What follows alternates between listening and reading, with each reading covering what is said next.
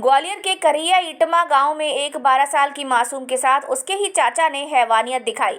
डबरा दादी के घर से बच्ची को उसके घर इटमा छोड़ने के लिए चाचा ट्रैक्टर से निकला था। ट्रैक्टर पर उसकी खुद की भी बेटी सवार थी।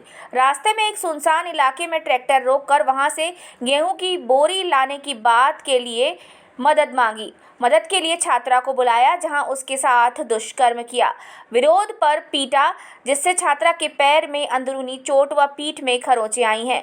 घटना के बाद आरोपी ने धमकाकर छात्रा को घर छोड़ दिया।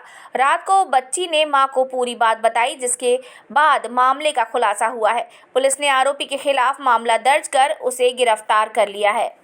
भितरवार के करहिया स्थित इटमा गांव निवासी 12 वर्षीय डबरा के शासकीय स्कूल में 6वीं की छात्रा है।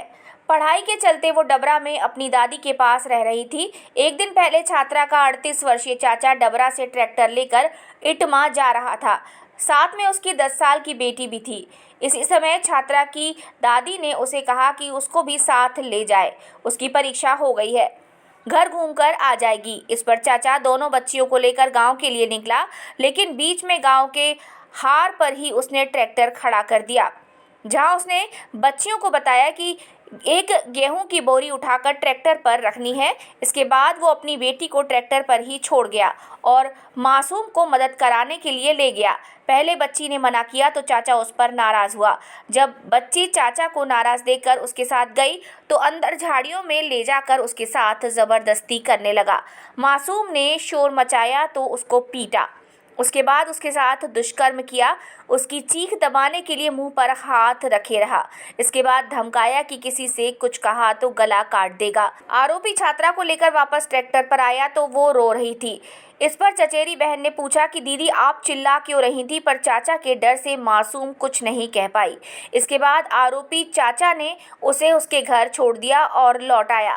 रात को मासूम के पेट में दर्द हुआ तो रोती रही।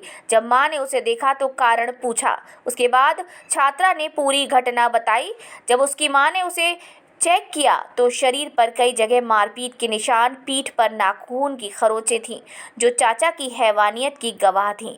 इसके बाद तत्काल उसके पिता को पूरी बात बताई और करहिया थाना पहुंचकर शिकायत की।